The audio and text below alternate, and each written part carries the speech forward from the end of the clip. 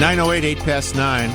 Jake Hartford, John Cass, 89 WOS. We're taking your calls, 591-8900. But people don't know what to call about yet. They can call and ask me how I endured my evening after yesterday's show. You know what?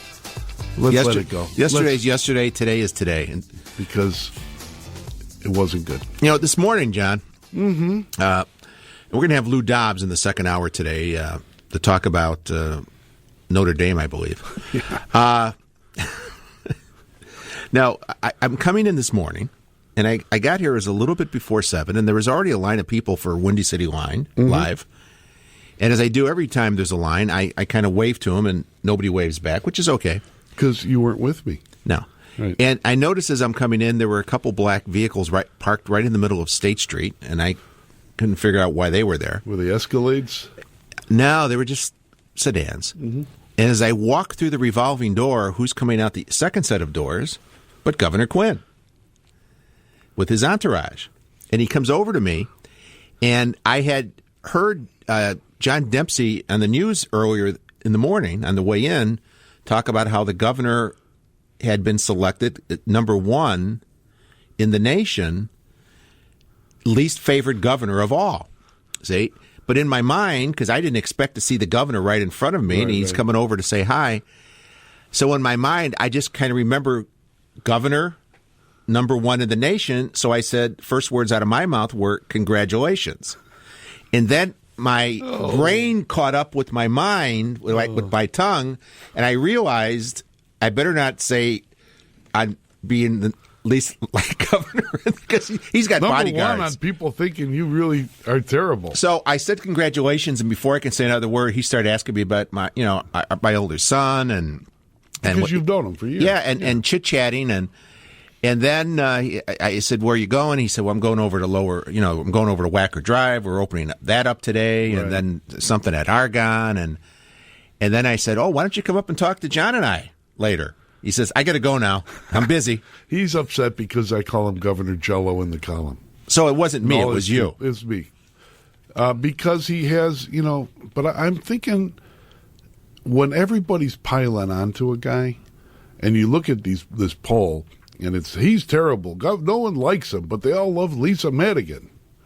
Whenever I see piling on, I kind of want to go the other way.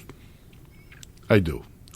Because the pack goes one way, and I'm starting to think, okay, is Governor Quinn, does he put any money in his pocket? Is he doing this for money or, power? I don't think you can say that about the guy. He's at 23% approval. Yeah, he's also going to war with one of his supporters, AFSCME, right? Yeah. On contracts. Mike Madigan doesn't like him and belittles him. That's the Lord of Madiganistan. The Republicans want him weak. The Democrats want him weak so they could install Lisa Madigan as our next governor for the next 60 years. When a guy gets beat up this much, sometimes I feel like going the other way. I might even have to rethink the Jello thing. Well, when you hear about is he a bad guy? When you hear about the least like governor in the entire nation, and then approval of 23% at his worst day in office, what was Blago's approval rating? Was it ever 23%? Blago was elected twice in this state. Yeah, right. And look what you got with that. I'm sure he did well in polls. I remember one poll he did well on, a Sun-Times poll. Yet still, to this day, I wonder how he did it. I think he was all set. Paul Vallis was all set to get the editorial board nod from the Sun-Times, and then, bingo, some weird poll comes out, and they go the other way in their paper. I always wondered about that. Yeah, but Blago had apparently better numbers, and the second time Blago ran, for governor, everybody knew there was a big federal investigation going on, and they still, Well, yeah, that's what. Maybe this state is too corrupt to have a guy like Quinn. Maybe we want corrupt guys. Wow, 591-8900 is the number. Is there such a thing as being too nice a guy? Do you need somebody to be corrupt to actually make things run? Corrupt and mean. Judy in Bloomington. Good morning, Judy. Good morning. I love listening to you guys, but I just want to make one comment or ask, why are they giving illegal immigrants driver's license? John, you want to take that one? I'm sitting in Dan Proft's chair, but Okay. I still haven't figured that one out. They know they're illegal. They state it right there. They know it. Why don't they deport them? The deporting's not going to happen, Judy. So that ship is not going to sail. You know what? I know, but it should. Judy, you know what I think? If you give driver's licenses, then those people can buy insurance. Right. And I think that the insurance guys are probably in favor of this. What do you think? You understand the Chicago way, Judy? Come on, Judy from Bloomington. Crook County. There you go. Thank you, Judy. Thank you. See, I don't buy the insurance thing. I understand why they have to buy insurance. Right. So if you get into an accident with somebody, there's protection. But I don't buy that. You don't buy that the insurance lobby wants illegal immigrants to have driver's licenses, so they'll have to buy insurance? I'm sorry. That's part of it, right? Don't you think? Well, it depends what type about. of drivers they are. I mean, how are they going to rate them, and what are they going to charge them? I mean, they charge them a lot of money, and they don't pay. They won't pay when they crack up your car. But here's the deal. I understand, okay, they get driver's licenses. They have to pass a test to make sure they know how to drive. And then they get the insurance, and therefore, I'm assuming they'll buy insurance. They'll have to. It's by state law. Well, but no, that doesn't mean anything. What does that mean? Okay, you get in an accident, you don't have insurance. What are they going to do to you? Take away your license? They've been driving without licenses now. Send you back to your country of origin? Now they won't do that. No. They will not do that. Deporting is never going to happen. Here and there, yes, one or two, but that, I'm telling you, not on a wholesale scale like Judy was talking about. Of course not. 9:15, we'll get to your calls. It's time for Traffic on the Fives, if you're licensed. If you're not licensed, pull your car over to the side of the road. Turn yourself in. Because I'm good enough, I'm smart enough, and doggone it, people like me.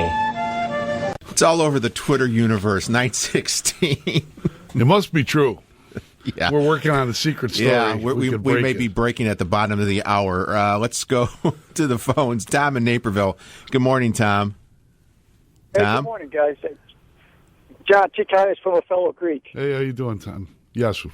What's going on? You mentioned Blago's approval ratings were pretty high. Well, didn't he give away all three RTA and CTA to the seniors?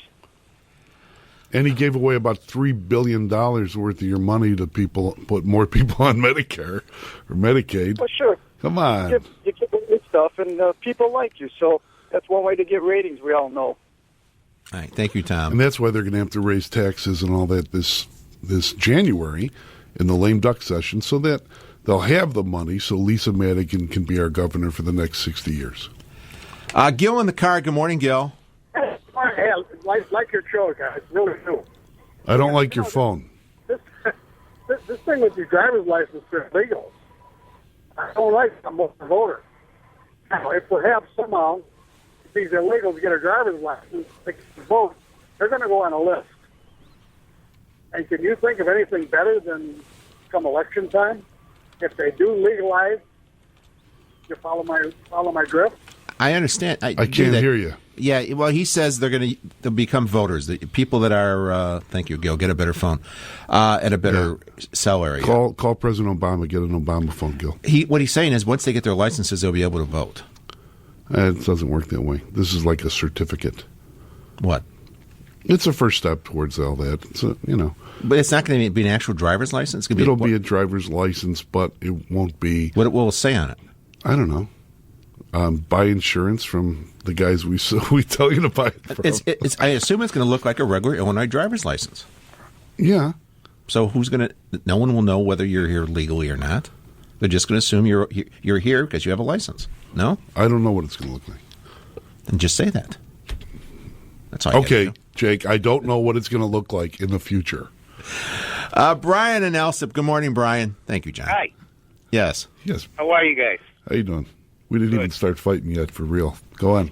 What's up, You know Brian? what? I got two things. Number one, yesterday you guys were going at it. I don't know what that was about. No, we weren't going at it. He was just basically intimating that I was some kind of a pervert for talking about women's feet. Because John came in and said, let's talk about women's feet. I don't know why I would get that impression, I know, Brian. and then my wife was all upset because I said she had big feet. Now, that's on you.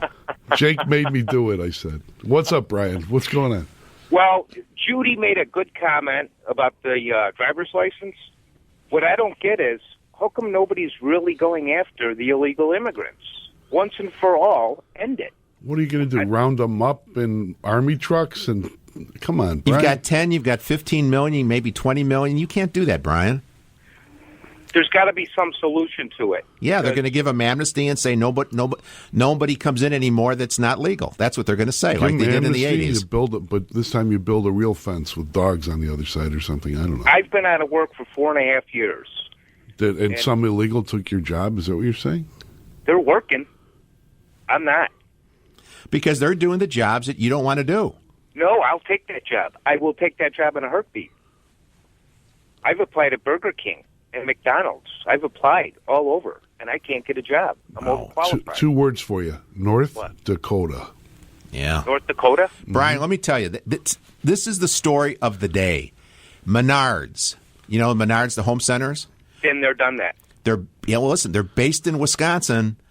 They are hiring people in Wisconsin where the unemployment rate is 6%, and they're flying them up to work in North Dakota. Really? Putting them up in hotels.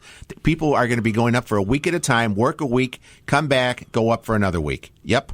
Jake and I are thinking about moving there so we could work like when we're not, unemployment, doing the show. Unemployment in North Dakota is at 2.3%. They cannot hire people. There aren't enough people to hire. You go up there, you're going to find a job. All right, that's a good idea. Thank you. There you go, much. Brian. Yep, that's what you have to do in Illinois because we got corrupt politicians, high taxes, pension, whatever, fiscal, all that stuff. So people have to leave the state. What is this? The Dust Bowl? You have to leave the state to go to Wisconsin to get hired in Wisconsin to go to North Dakota. That's how it works. But it's paying well. 921 back right after this. 89 WLS. When you want Chicago's classic hits, turn to 94.7 WLS. For traffic and weather info, tune in to 890 AM WLS for traffic and weather first on the fives when you need it most. 927. 89 WLS, Jake Hartford, John Cass taking your calls. That's a nice Friday. Nice Friday, and we're basically deconstructing Governor Quinn, Governor Jello. Ron in the car. Good morning, Ron. Morning. How are you? We're fine. We're lovely today. Good. So am I. I just wanted to say that in the state of Illinois, you do not need a driver's license to buy insurance. Well, that would make sense. You mean driving insurance? I'm talking about if you went to buy a car and you wanted to put liability insurance on it, you do not need a driver's license. That would make sense because if you had a chauffeur to drive you around. Right, my Mad Godfrey or something. No, sir. Illegals buy insurance all the time. There are insurance companies in Illinois that will insure illegals without a driver's license. It's not the cheapest rate in town, but they will do it. What do they pay? What is it? I don't sell that type of insurance. I'm an independent who represents more of the better companies that do not sell insurance to people without driver's license. Uh-huh. So I could not tell you the rate, but it's probably 40-50% higher than the standard rate. So this will bring the rate down then, because they'll go somewhere where they'll be able to buy because they'll have a license. Personally, I think it's a way of registering more people to vote. And what about the insurance part, though?